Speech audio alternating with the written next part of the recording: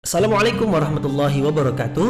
Mari klik subscribe di channel ini dan aktifkan tanda loncengnya untuk mendapatkan update pemberitahuan di video berikutnya.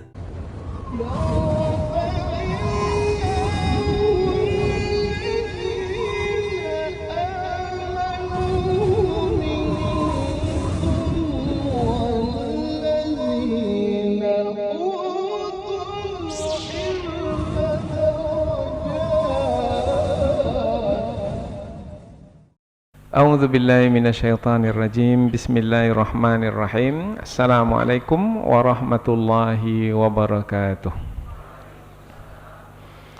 Alhamdulillahirabbil alamin wa bihi nasta'inu ala umurid dunya waddin nasta'inuhu wa nastaghfiruh wa na'udzu billahi min syururi anfusina wa min sayyiati a'malina.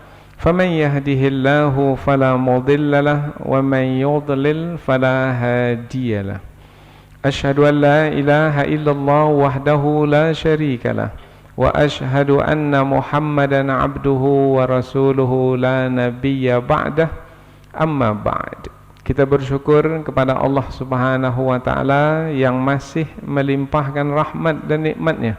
Kita bersyukur dengan mengucapkan Alhamdulillahi Rabbil Alamin. Kemudian tidak lupa pula bersalawat kepada Rasulullah dengan mengucapkan Allahumma salli ala Sayyidina Muhammad wa ala ali Sayyidina Muhammad. Dan bersalam kepada Rasulullah dengan mengucapkan Assalamu alayka ya Rasulullah. Alhamdulillah kita dapat kembali meneruskan pengajian tafsir ayat-ayat suci Al-Quran yang insyaAllah kita akan teruskan kepada ayat yang ke-108, 109 dan 110 dari surah At-Taubah. Ayat 108, 109 dan 110 dari surah At-Taubah, yaitu masih lagi berkaitan dengan ayat-ayat sebelumnya, yaitu tentang orang-orang munafik yang mana mereka dahulu pada masa Rasulullah sallallahu alaihi wasallam tidak mau ikut serta dalam perang, yaitu perang apabila berkaitan dengan ayat yang kita pelajari ini adalah perang Tabuk, yaitu perang yang terjadi pada tahun 8 Hijriah, yaitu perang di Tabuk yang mana Tabuk itu dari kota Madinah jauh sekali, 600 km jauh. Kemudian perang itu berhadapan dengan kaum muslimin, berhadapan dengan Bizantium, dengan Romawi, yaitu suatu kuasa besar pada masa itu. Kemudian berlaku di musim panas. Maka apabila menempuh jalan padang pasir, gunung batu, jelas sangat berat sekali. Kemudian berlaku pula pada masa tanaman akan dipetik, maka banyaklah orang-orang munafik itu tidak ikut serta. Nah, di sini berlaku pemilihan. Siapa yang benar-benar beriman ikut serta, siapa yang munafik tak mau ikut serta. Nah, kemudian yang telah kita pelajari sebelum ini, ada orang-orang munafik itu yang meminta kepada Rasulullah supaya mereka itu dimaafkan. Mereka itu meminta kepada Rasulullah bahwasanya apa yang mereka lakukan itu ada alasannya, ada uzur. Jadi mereka minta dimaafkan. Ada di antara mereka yang tidak ikut berperang itu bukan dari kalangan munafik, tetapi dari kalangan orang yang lemah iman. Masuk kumpulan orang-orang beriman tapi iman mereka lemah, sehingga mereka lebih memilih untuk berdiam di kota Madinah, padahal untuk pergi berperang itu adalah lebih baik, yaitu bersama Rasul. Mana lagi yang lebih baik dari bersama Rasul? Kemudian apabila mati pun mati syahid, dan apabila menang mendapatkan keagungan dan kemuliaan. Tapi karena iman yang lemah mereka bertahan. Kemudian mereka bertaubat kepada Allah Subhanahu wa taala, yaitu dengan mengikat badan mereka di pagar, dan mereka tidak mau melepaskan ikatan itu, sehinggalah Rasulullah sendiri yang melepaskannya. Kemudian ada pula tiga orang dari kalangan orang beriman juga yang diberi tangguh oleh Allah. Allah tangguhkan penerimaan taubat mereka. Berapa hari? 50 hari.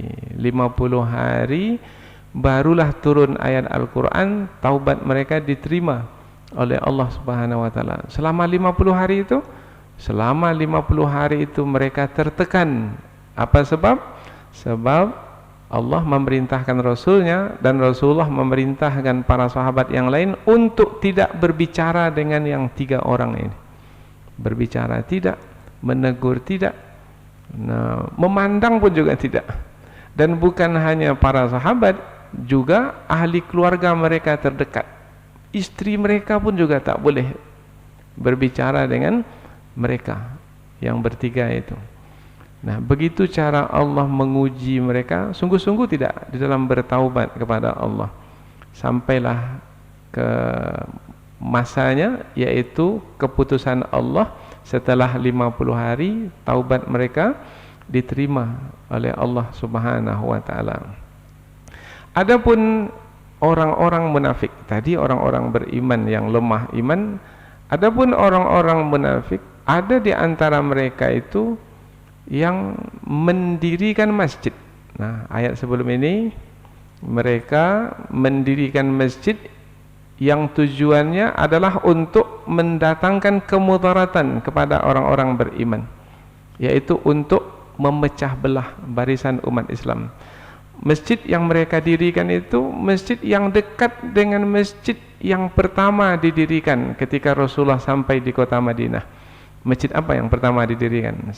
Masjid Quba. Masjid Quba. Nah, tak jauh dari Masjid Quba itu orang-orang munafik mendirikan masjid.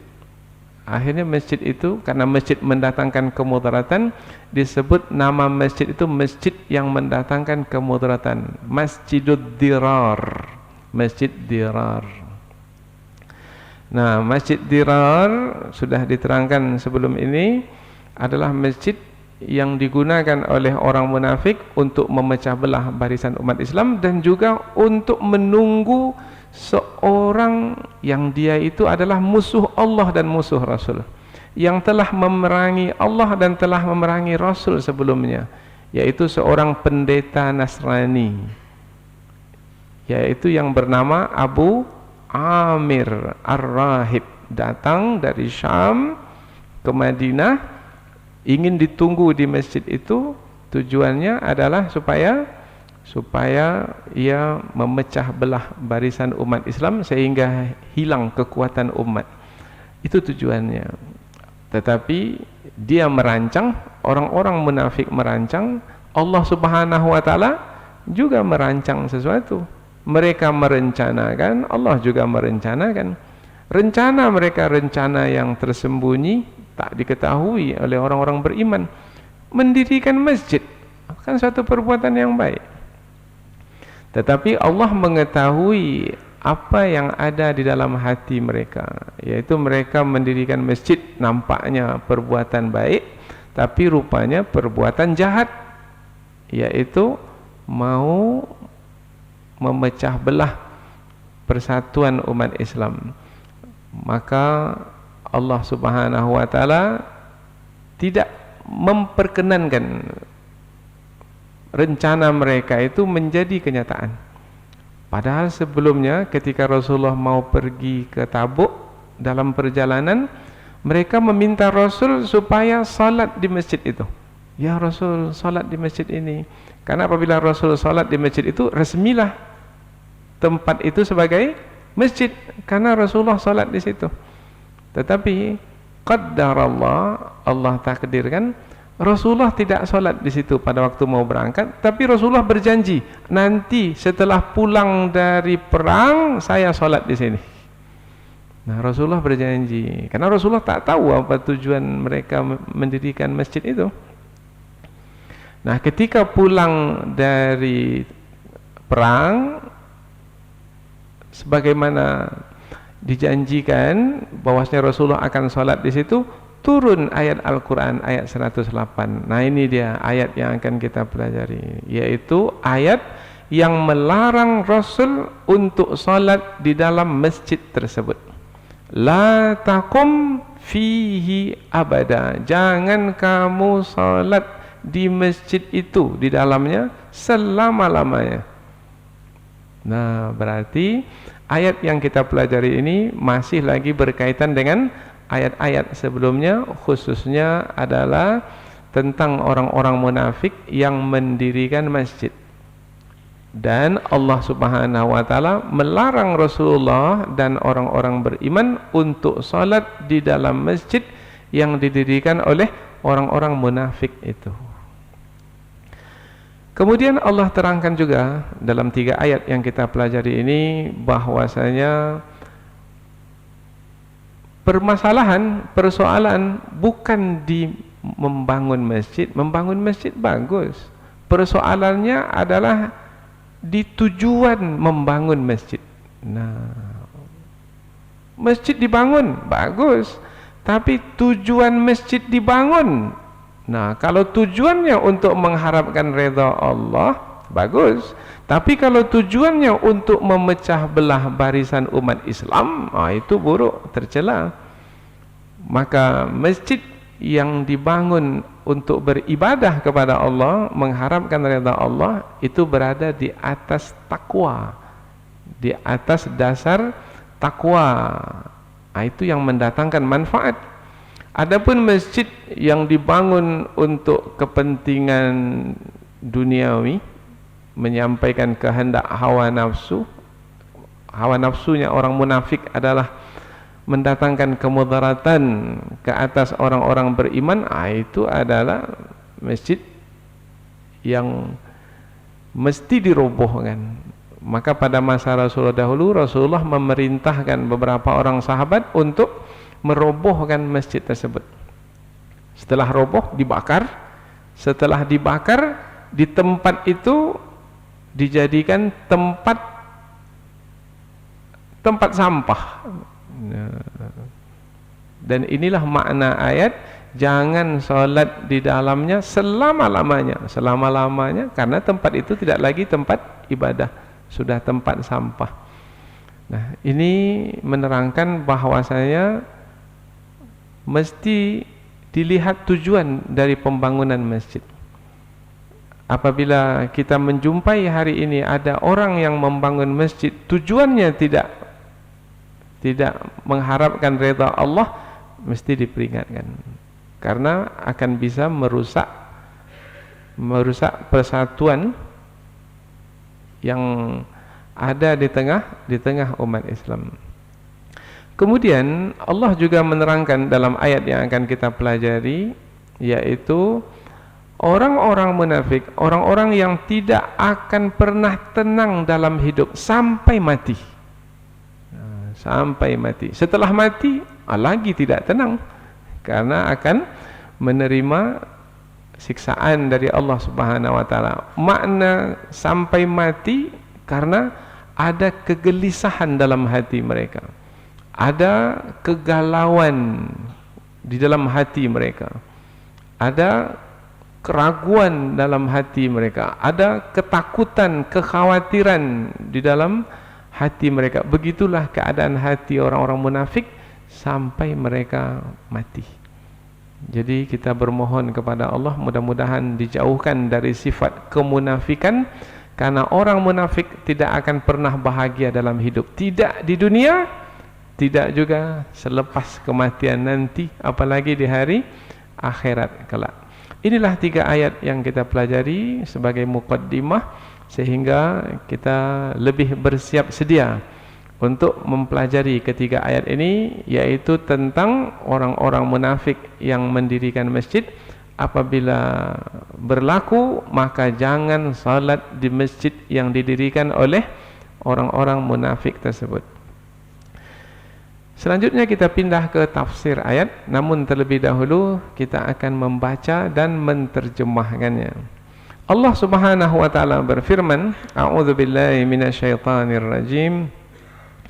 La takum fihi abada la masjidun ussisa ala taqwa min awwali yaumin ahaqqu an takuma fihi rijalun yuhibbuna an yatatahharu wallahu yuhibbul mutahhirin. Afaman assasa bunyanahu ala taqwa minallahi wa ridwanin khairun amman assasa bunyanahu ala syafa jurufin harin fanhara bihi fi nari jahannam wallahu la yahdil qaumadh dhalimin.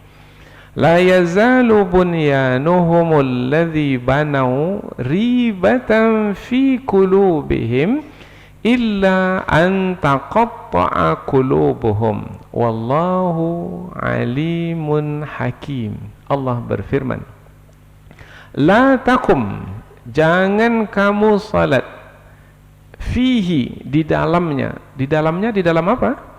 Di dalam masjid. Masjid apa? Masjid Ad-Dirar. Nah, mesti ya disebutkan Masjid Ad-Dirar karena berkaitan dengan masjid yang didirikan oleh orang-orang munafik. Abada, selama-lamanya. Tidak ada batas waktu, selama-lamanya.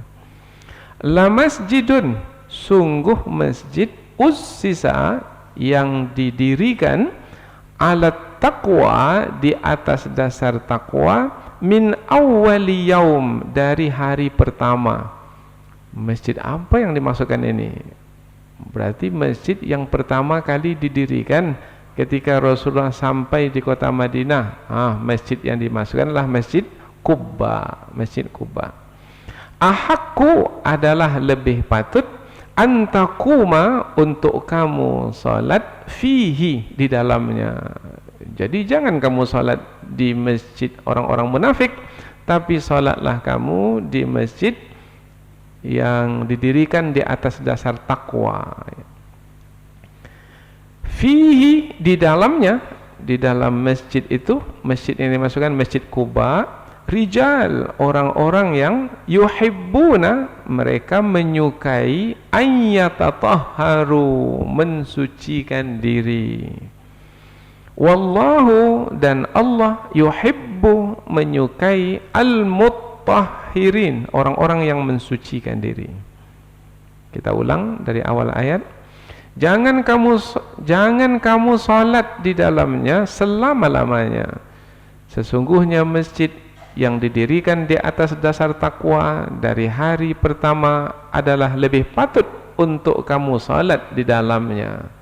Di dalamnya ada orang-orang yang menyukai untuk mensucikan diri, dan Allah menyukai orang-orang yang mensucikan diri. Itu ayat yang ke-108. Ayat berikutnya, ayat 109. Afaman, apakah, fa, maka, man, sesiapa yang, maka apakah sesiapa yang, assasa, mendirikan, bunyanahu, bangunannya. Bangunan yang dimaksudkan apabila kaitannya dengan bangunan masjid sebelum ini, berarti masjid, mendirikan masjid. Maka apakah sama orang yang mendirikan masjidnya ala, di atas dasar takwa, takwa minallah, min di sini dari, tapi kita terjemahkan kepada supaya sesuai dengan bahasa kita, kepada Allah. Maka apakah sama orang yang mendirikan masjid atas dasar takwa kepada Allah, waridwan, dan juga dengan mengharapkan redha Allah, khairun, adalah lebih baik, am, ataukah orang yang assasa mendirikan bunyanahu bangunan masjidnya ala di atas syafa jurufin tepi jurang. Bagaimana mendirikan bangunan di tepi jurang? Kuat tidak bangunan di tepi jurang? Di situ ada sungai yang deras, kemudian jurangnya itu terkikis. Bagaimana nasib bangunan itu lama kelamaan? Harin itu runtuh, jatuh. Fanhara, maka jatuhlah bihi finari jahannam, bangunan itu ke neraka jahannam. Oh, berarti tak kokoh bangunannya itu. Bahkan jatuhnya pula ke neraka jahannam. Membangun masjid tetapi membawanya ke neraka jahannam. Na'udzubillah. Wallahu, dan Allah la yahdi, tidak memberi petunjuk al-qaumaz zalimin, kaum yang zalim. Kita terjemahkan, maka apakah orang yang mendirikan masjid di atas dasar takwa kepada Allah dan mengharapkan redha-Nya lebih baik, atau orang yang mendirikan masjid di tepi jurang yang runtuh dan jatuh ke neraka jahanam? Nah, mana yang lebih baik? Nah, jelas ya, kalau pertanyaannya seperti itu, tak ada yang tidak menjawab. Pastilah yang lebih baik adalah yang bukan di tepi jurang, yang kokoh di atas dasar takwa, diterima oleh Allah sebagai amal ibadah. Siapa yang mendirikan masjid di dunia, maka Allah akan membangunkan istana untuknya di dalam surga. Masjid yang mana yang dimaksudkan?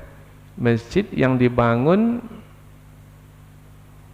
di atas dasar takwa untuk mengharapkan redha Allah. Tapi kalau masjid yang dibangun untuk memecah belah umat, itu bukan membawa ke surga, malah mencampakkan ke dalam api neraka, mencampakkan orang-orang yang membangunnya ke dalam api neraka. Ayat yang ketiga, la yazalu bunyanuhum, la yazal, masih saja maknanya berterusan, bunyanuhum, bangunan mereka, allazi banau, yang telah mereka bangun.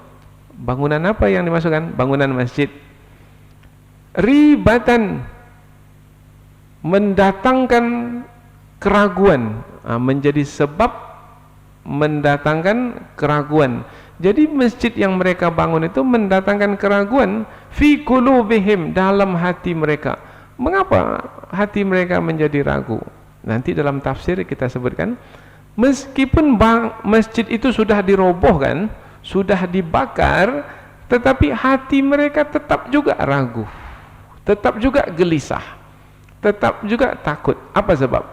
Nanti dalam tafsir kita akan sampaikan.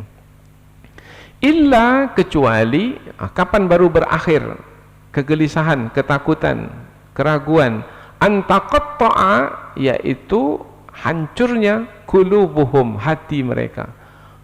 Mana hancur hati mereka ini? Apa maknanya ini? Makna hancur di sini maknanya mati.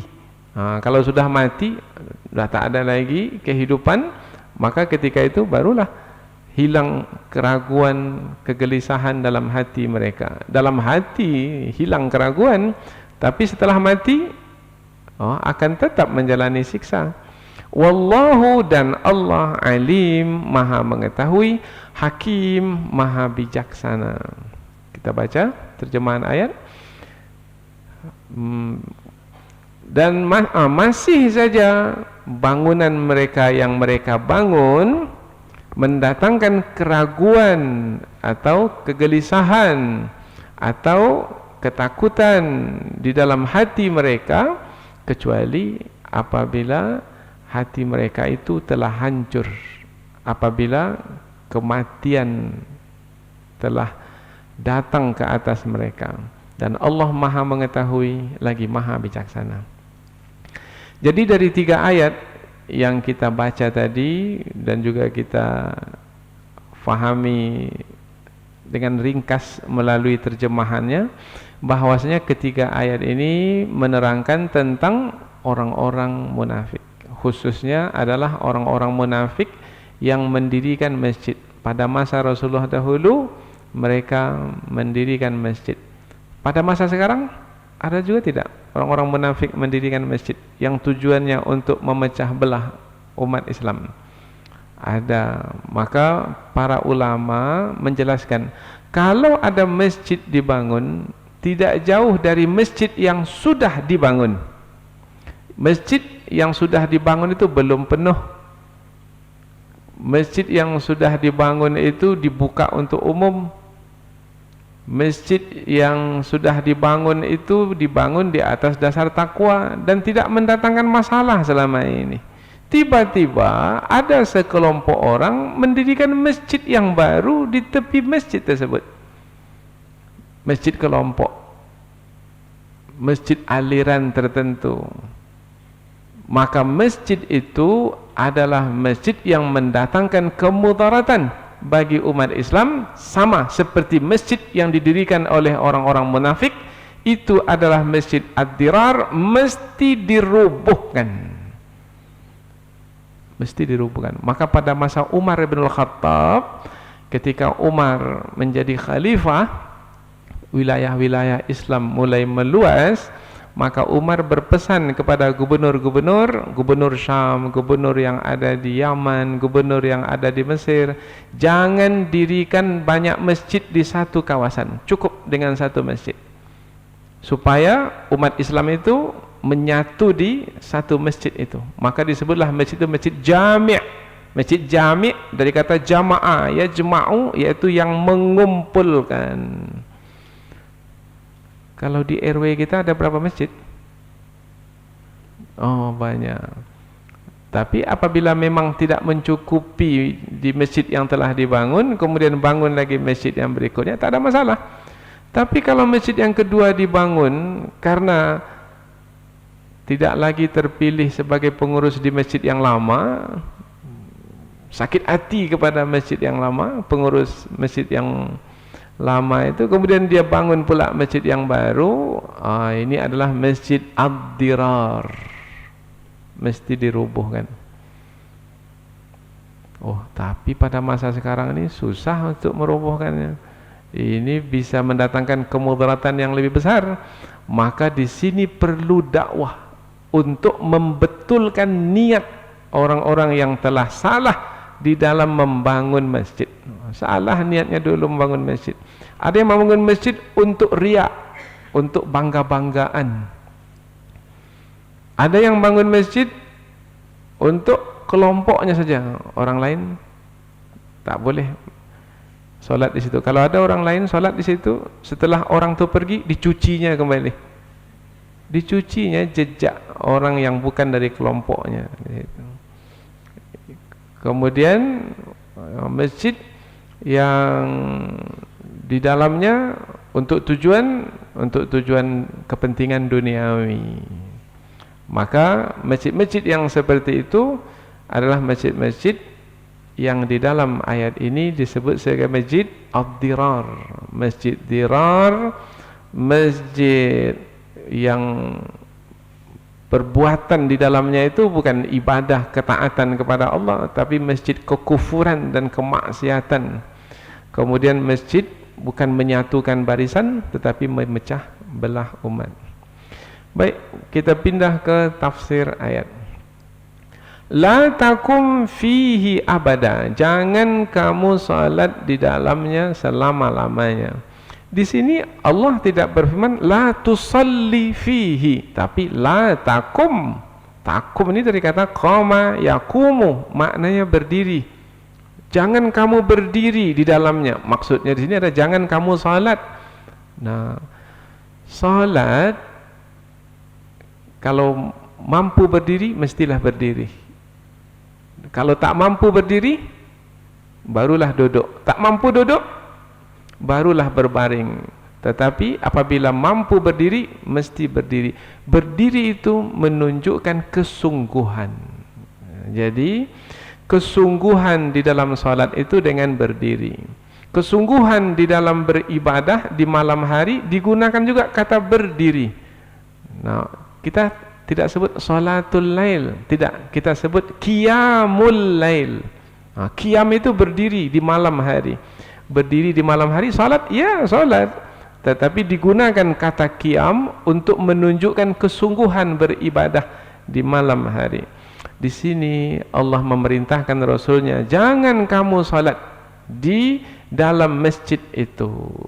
Digunakan kata qiyam di sini, la takum, supaya jangan sekali-kali, karena penafian kepada kata qama, penafian yang tegas.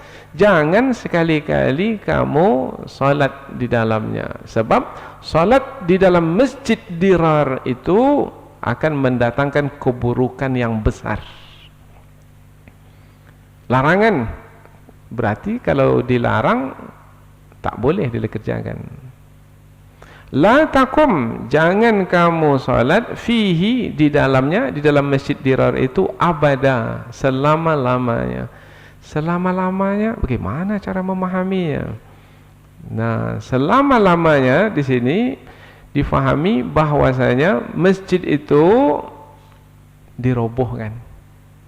Jadi masjid itu sudah ada, ya sudah ada, sudah dibangun. Sebelum Rasulullah pergi ke Tabuk, masjid itu sudah ada, sudah siap. Kemudian mereka menanti kepulangan Rasul untuk Rasulullah salat di dalamnya. Tetapi ketika ayat ini turun selama-lamanya, oh bermakna dari kata selama-lamanya masjid itu mesti dirobohkan. Dengan dirobohkan, maka tak akan ada orang yang salat di sana selama-lamanya. Bahkan Rasulullah dengan turunnya ayat ini menetapkan tempat itu sebagai tempat pembuangan sampah. Nah, sehingga tak akan ada lagi orang salat di situ selama-lamanya, karena kita tidak boleh salat di tempat yang ada najis di situ. Nah, karena salah satu dari syarat sah salat adalah tempat kita salat itu adalah bersih dari najis. Oh, maka ayat ini ayat tegas sekali ini, yaitu ayat yang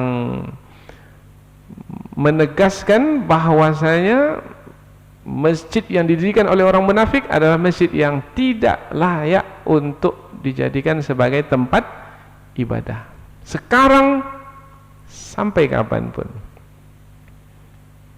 Kemudian kalau di zaman Rasul ada yang mendirikan masjid dan yang mendirikannya adalah orang-orang munafik, di zaman Rasul ada yang mendirikan masjid yang tujuannya bukan untuk mengharapkan redha Allah, menyatukan barisan umat Islam. Berarti kalau zaman dahulu berlaku, zaman sekarang berlaku juga.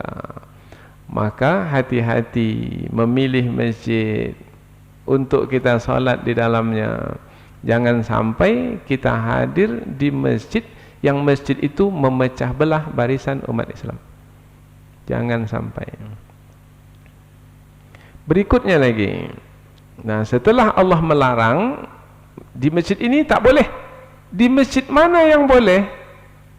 Nah, Allah terangkan masjid yang dibolehkan, la masjidun ussisa ala taqwa min awwali yaum, yaitu sungguh masjid yang dibangun di atas dasar takwa dari hari pertama. Dari hari pertama Rasulullah sampai kota Madinah, Rasulullah mendirikan masjid, itulah Masjid Quba. Oh, rupanya masjid orang munafik tadi dekat dengan Masjid Quba. Jadi sebenarnya kalau mereka itu bergabung salat di Masjid Quba adalah lebih baik, tapi mereka tak mau, karena mereka mau memecah belah barisan umat Islam. Maka masjid yang tadi Allah perintahkan untuk dirobohkan, dan Masjid Quba pula Allah puji di dalam ayat ini. Bagaimana pujian Allah terhadap Masjid Quba? La di sini lam kesungguhan. Bahkan ada di antara ulama tafsir memahami la ini lamul qasam. Lam qasam maknanya lam sumpah. Berarti posisi lam ini adalah sebagai sumpah demi Allah. Begitulah kira-kira. Kalau bersumpah bermakna untuk menekankan, menegaskan penegasan tentang masjid Kuba ussisa didirikan ala taqwa, di atas dasar takwa, di atas dasar takwa karena keimanan kepada Allah untuk mengharapkan redha Allah. Min awwali yaumin, dari hari pertama. Dari hari pertama sudah kita sebutkan tadi, yaitu dari hari pertama Rasulullah sampai di kota Madinah. Dari perkataan dari hari pertama memberikan isyarat seperti yang disampaikan oleh para ulama tafsir, bahwasanya solat di masjid yang lebih lama adalah lebih utama dari solat di masjid yang baru. Kalau di masjid yang lama itu adalah masjid yang menjadi simbol kebersamaan umat selama ini. Kalau kita di Pekanbaru ini, masjid mana yang paling lama? Masjid Raya Senaplan. Dan dari awal dahulu tak ada persoalan di Masjid Raya itu. Ada perselisihan di sana? Enggak, tenang saja masyarakatnya di sana. Tak ada perselisihan, semua sepakat. Dari awal dahulu, dari zaman kerajaan Siak dahulu.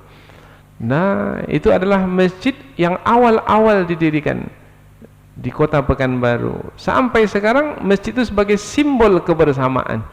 Nah, di masjid itu adalah lebih diutamakan, mustahab. Ada masjid-masjid didirikan belakangan ini, tapi masjidnya berselisih terus pengurus masjidnya. Bukan pengurus saja berselisih, jemaah dengan jemaahnya pun juga berselisih. Nah, ini masjid yang bermasalah karena ada kepentingan duniawi berlaku di dalam masjid itu. Karena kalau sudah ada kepentingan duniawi, sudah payah bersama itu. Karena yang membuat bersama itu adalah 10 orang ke-10-nya mengharapkan redha Allah bersama. 10 orang ke-10-nya mengikuti kehendak hawa nafsu masing-masing. Ini tak pernah bersama ini. Tak pernah bersama. Rapat-rapat sampai pagi, rapat tak ada keputusan. Nah, berselisih saja. Akhirnya masjid terbengkalai, umat terbiar. Yang menjadi korban adalah masyarakat, generasi muda dan anak-anak, karena masjid tidak termanfaatkan dengan baik. Ahakku antakuma fi adalah yang lebih layak untuk salat di dalamnya. Yang lebih layak Masjid Kuba.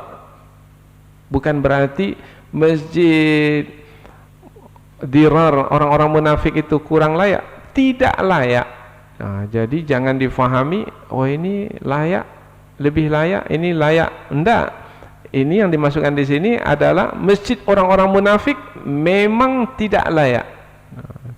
Tidak diperbolehkan salat di masjid orang-orang munafik. Salat di masjid yang dibangun di atas dasar takwa. Berarti permasalahan bukan di bangunan masjidnya, bukan. Persoalan yang sebenarnya adalah apa tujuan membangun masjid. Jadi masjid sama-sama masjidnya, tapi yang satu tujuannya untuk memecah belah barisan umat, yang satunya tujuan adalah untuk mengharapkan redha Allah. Nah, itu yang membedakan masjid. Nanti akan ada orang yang mengatakan, mengapa masjid dirobohkan? Masjid, rumah Allah dirobohkan. Akan ada orang yang berkata seperti itu.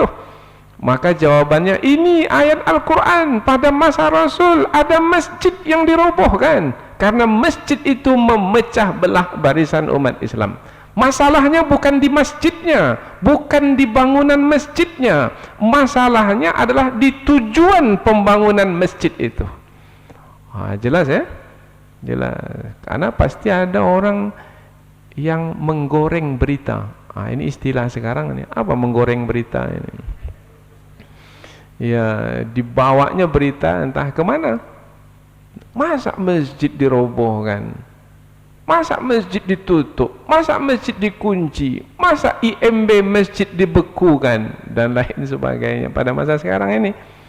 Maka kita katakan masjid itu bermasalah bukan pada masjidnya. Masjid itu bermasalah pada tujuan pendirian masjid itu. Di RW itu masjid masih lapang, di tengah-tengah. Orang yang berada di situ belum seberapa, dia buat pula masjid besar sekali, besar. Di RW itu baru 500 kepala keluarga. Dia bangun masjid untuk 5.000 orang. Ini masjid apa ini? Oh, rupanya masjid jemaahnya rupanya. Dan sudah keluar pula fatwa MUI, masjid itu masjid dari kelompok jemaah yang sudah difatwakan sesat, dan fatwa sesatnya masih belum dicabut. Maka tak boleh diresmikan masjid itu. Tak boleh. Mesti dihalang dari peresmian. Muncul berita, mengapa pula masjid dilarang dari diresmikan? Itu kan masjid. Ini ayat Al-Quran 108 surah At-Taubah. Coba baca. Kalau masjid itu berpotensi untuk memecah belah barisan umat Islam, maka masjid itu mesti dirobohkan. Sudah dibangun 5 miliar, banyak itu, mau dirobohkan? Mesti dirobohkan. Karena menjaga kebersamaan umat jauh lebih berharga dari uang yang telah dikeluarkan untuk membangun masjid. Kalau tidak, jemaah masjid itu bertaubat kepada Allah. Jangan tetap dalam kesesatan. Bertaubat seperti orang-orang munafik. Kalau mereka bertaubat, taubat mereka sungguh-sungguh, apakah taubat mereka diterima oleh Allah? Iya, asalkan bertaubat sungguh-sungguh. Tapi kalau tetap di dalam kemunafikan, 3 sebelum ini, mendatangkan kemudaratan dengan masjid yang dibangun, melakukan kekufuran dengan masjid yang dibangun, dan memecah belah barisan umat Islam dengan masjid yang dibangun, maka masjid itu dirobohkan. Fihi rijalun yuhibbuna ayyatatahharu. Fihi, di dalamnya, rijal, ada orang-orang yang yuhibbuna ayyatatahharu, mereka menyukai untuk mensucikan diri. Tadi masjidnya, sekarang orangnya pula. Mengapa Allah memuji Masjid Quba? Bukan karena Masjid Quba orang yang membangunnya bertakwa kepada Allah, tidak. Bukan hanya itu, tetapi adalah karena di dalam Masjid Quba itu ada orang-orang yang mensucikan diri, orang-orang yang suka mensucikan diri. Siapa yang dimaksudkan? Para sahabat yang beriman kepada Allah. Sementara di dalam masjid orang-orang munafik, siapa? Orang-orang munafik. Orang munafik itu bukan orang beriman, menyatakan diri beriman, tapi di dalam hati mereka menyimpan kekufuran. Maka di dalam Masjid Quba orang-orang mensucikan diri, di dalam Masjid Dirar orang-orang mengotori diri, karena mereka selalu berdiskusi untuk memecah belah barisan umat Islam. Itu perbuatan yang sangat keji dan sangat tercela sekali. Di dalamnya ada orang-orang yang menyukai untuk mensucikan diri. Ketika ayat ini turun, Rasulullah bertanya kepada para sahabat yang salat di Masjid Quba, kalian ini dipuji oleh Allah di dalam Al-Quran, dalam surah At-Taubah ayat 108. Kalian ini sebagai orang-orang yang mensucikan diri. Apa yang kalian kerjakan? Apa yang kalian perbuat sehingga Allah memuji kalian sebagai orang-orang yang mensucikan diri? Maka para sahabat menjawab, kami ya Rasulullah pergi ke masjid dalam keadaan berwuduk. Kemudian apabila kami berhadas besar, kami segera mandi janabah. Itu jawaban para sahabat. Kemudian ada lagi yang menjawab, kami ya Rasulullah apabila kami istinja itu membersihkan kotoran setelah buang hajat, kami selalu beristinja dengan batu dan dengan air. Pada waktu kalau kita berada di negeri padang pasir, maka air itu sangat sedikit sekali. Kemudian apalagi pada waktu-waktu kemarau, tak ada air sama sekali. Nah, mereka untuk membersihkan diri dengan lebih bersih, mereka dengan batu kering mereka membersihkan kotoran. Kemudian di akhir sekali barulah dengan air. Nah, jadi mengapa air sedikit dan juga digunakan di akhir? Tujuannya adalah untuk menghemat air. Kemudian tetap juga beristinja dengan air karena mereka ini yuhibbuna ayyatatahharu. Mereka menyukai untuk mensucikan diri. Mereka menyukai untuk mensucikan diri, suka mereka mensucikan diri. Sampai ada yang menjawab pula, kami apabila tidur tidak tidur dalam keadaan janabah. Janabah maknanya dalam keadaan berhadas besar. Jadi mandi dulu bersih baru mereka tidur. Jadi tidurnya itu dalam keadaan bersih. Begitu menjaga diri, suka, senang untuk mensucikan diri, maka wallahu yuhibbul mutahhirin, dan Allah pula menyukai orang-orang yang mensucikan diri. Berarti ada tabadulul hubb. Ada apa tabadul ini? Mereka menyukai perbuatan mensucikan diri, Allah pula menyukai mereka. Mereka suka, Allah pun suka. Nah, jadi kesukaan Allah itu adalah karena kesukaan mereka menyucikan diri. Kita nih kalau sudah suka menyukai, maka kita akan merasa bahagia. Karena suka kita itu berbalas. Kita hamba Allah suka menuntut ilmu, Allah pula menyukai kita, berbalas. Oh, itu bahagia sekali. Suami istri lah umpamanya. Suami menyukai istri, istri menyukai suami. Bagaimana? Bahagia? Bahagia. Kapan tidak bahagia? Suami menyukai istri, istri tak menyukai suami, tak berbalas. Oh, itu sengsara sekali itu. Atau sebaliknya, istri menyukai suami, berkali-kali istri, aku sayang abang, betul-betul sayang bang. Si abang pula tak pernah menjawabnya, cuek saja, abai saja. Bagaimana hati istri ini? Nampaknya bertepuk sebelah tangan, nampaknya ini tidak mendapatkan kebahagiaan di situ. Di sini Allah ingin menjelaskan bahwasanya mereka ini orang yang dicintai oleh Allah karena mereka mencintai perbuatan yang disukai oleh Allah, yaitu penyucian diri. Maka cinta berbalas cinta hamba berbalas cinta Allah, dan itu adalah kebahagiaan.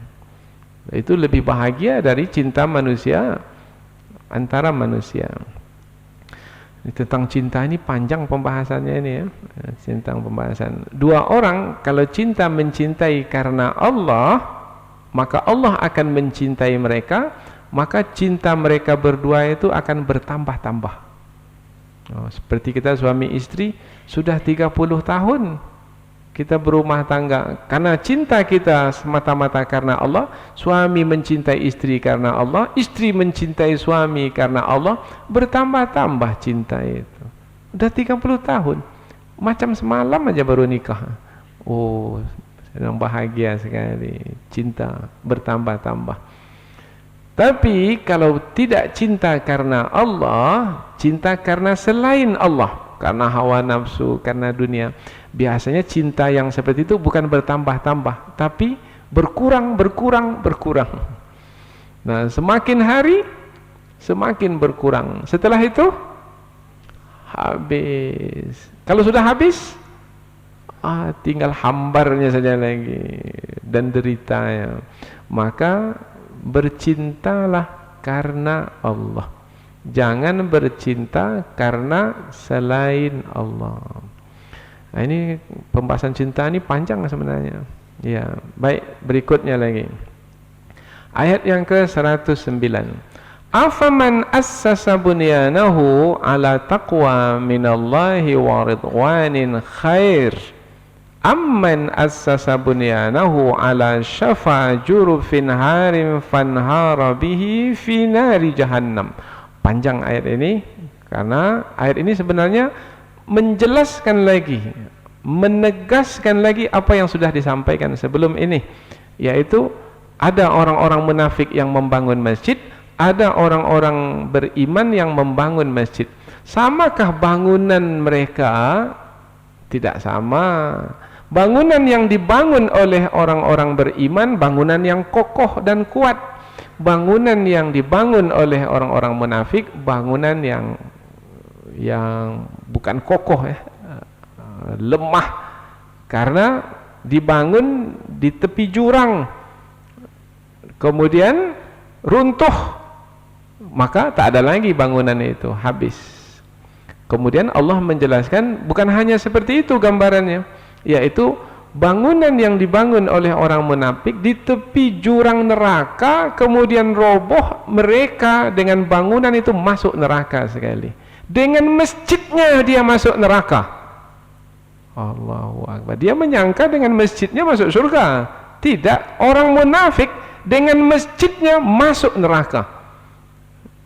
Dan di neraka yang paling bawah. Innal munafikina fid darkil asfali minan nar. Ini makna ayat ini. Berbentuk pertanyaan. Mengapa berbentuk pertanyaan?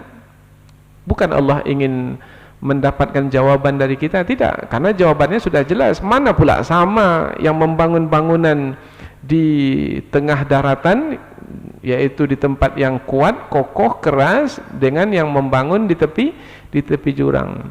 Jawabannya pasti, siapapun kalau mendapatkan pertanyaan seperti ini pasti akan menjawab, tak sama. Mana pula sama? Allah menyampaikan dalam bentuk pertanyaan seperti ini adalah untuk menjelaskan lebih jelas lagi bahwasanya bangunan yang dibangun oleh orang-orang munafik itu adalah bangunan yang pada akhirnya akan hancur, tidak ada nilainya, dan itulah yang membawa kepada kehancuran diri mereka pula, yaitu mereka dengan bangunan itu akan dimasukkan ke dalam neraka jahanam. Bermakna buruk sekali perbuatan mereka. Wallahu la yahdil qaumadz zalimin, dan Allah tidak memberi petunjuk kepada kaum yang zalim. Mengapa Allah tidak memberi petunjuk kepada kaum yang zalim? Karena orang-orang yang zalim tidak layak untuk diberi petunjuk. Allah hanya memberi petunjuk kepada orang yang layak untuk diberi petunjuk. Petunjuk apa yang dimaksudkan di sini ini? Petunjuk ada dua. Ada petunjuk yang kita sebut dari tidak mengetahui kebenaran, Allah beri petunjuk mengetahui kebenaran, kemudian beriman, kemudian memeluk Islam, mengikuti kebenaran. Itu namanya petunjuk ad-dilalah. Petunjuk ad-dilalah, yaitu Allah bimbing sehingga mengetahui kebenaran dan memeluk Islam, mengikuti kebenaran. Sekarang ini kita sudah berada dalam Islam, sudah. Apakah kita masih minta petunjuk? Ya. Petunjuk apa yang kita minta? Petunjuk pertolongan. Ihdinas siratal mustaqim. Ya Allah, tunjukilah kami jalan yang lurus. Kami ini sudah berada di atas jalan yang lurus, tetapi tunjukilah kami, maknanya tolonglah kami untuk tetap terus berada di atas jalan yang lurus. Nah, siapa yang layak untuk tetap berada di atas jalannya? Siapa yang layak untuk diberi pertolongan? adalah orang yang menjaga dirinya di atas jalan yang lurus itu. Dia sendiri mau menyimpang, tak mau di jalan lurus. Ini tak layak untuk diberi pertolongan. Sehingga yang diberi pertolongan ringan. Ya Allah, tolonglah hamba untuk istiqamah mengikuti pengajian ini. Ringan saja, setiap malam datang, setiap malam datang, setiap malam datang. Hujan-hujan datang. Rusak kendaraannya, jalan kaki datang. Mengapa bisa datang? Karena Allah telah memberi petunjuk berupa pertolongan, sehingga ia tetap berada di atas petunjuk tersebut, karena memang layak untuk diberi pertolongan. Ada yang tak layak diberi pertolongan, memang tahu ada pengajian, ada, tapi tak mau. Saya mau di rumah saja. Saya mau di rumah saja. Kemudian dia pun duduk di hadapan televisinya. Apakah orang seperti ini layak untuk diberi pertolongan? Tidak. Maka Allah biarkan orang yang menzalimi dirinya ini, karena memang dia tidak layak untuk diberi pertolongan. Dan Allah tidak memberi petunjuk kepada kaum yang zalim. Maka kita bersungguh-sungguh, dengan kesungguhan Allah akan memberi pertolongan. Walladzina jahadu fina, apa lagi sambutannya itu? Orang yang bersungguh-sungguh menempuh jalan kami, lanahdiyannahum subulana, kami akan tunjuki kepada mereka itu jalan-jalan kami yang akan menyampaikan mereka kepada redha kami. Ini firman Allah kepada orang-orang yang bersungguh-sungguh di dalam menempuh jalannya. Ayat yang ketiga, ayat yang terakhir ini adalah ayat lanjutan dari ayat sebelumnya. Sekarang bangunan masjid sudah dirobohkan. Dah roboh dah. Bangunan masjid yang didirikan oleh orang-orang munafik. Meskipun masjid itu sudah dirobohkan, rupanya kesan, yaitu yang datang kemudian, masih ada tersisa di dalam hati orang munafik. Apa yang tersisa dalam hati orang munafik? Yaitu kegelisahan, ketakutan, keraguan, kegalauan. Itu yang tersisa dalam hati mereka. La yazalu bunyanuhum, dan masih saja bangunan mereka, allazi banau, yang telah mereka bangun meskipun sudah dirobohkan, ribatan, menjadi penyebab munculnya keraguan, kebimbangan di dalam hati mereka. Fi qulubihim. Apa sebab?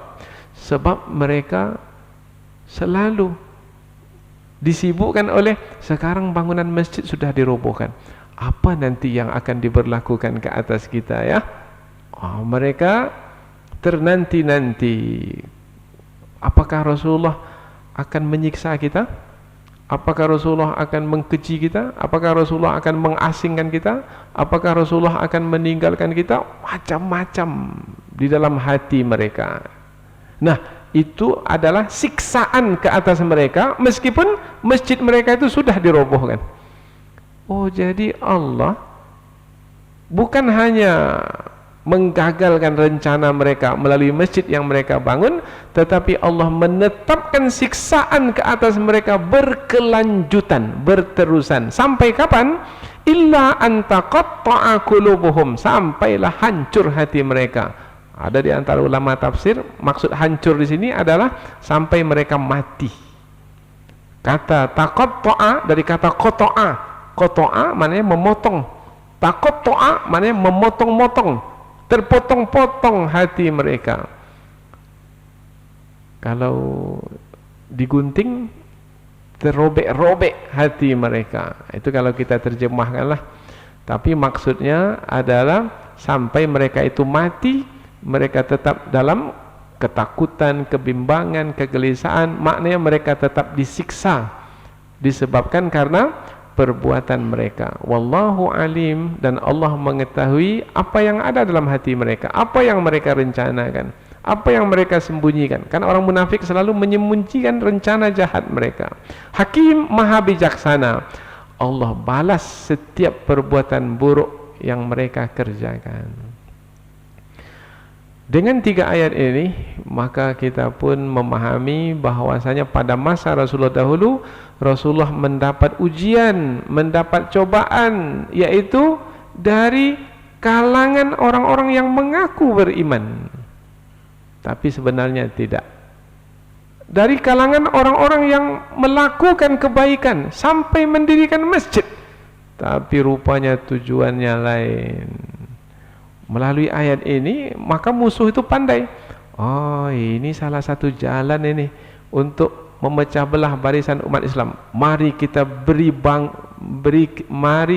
bantuan kepada satu kumpulan yang bisa kita pakai.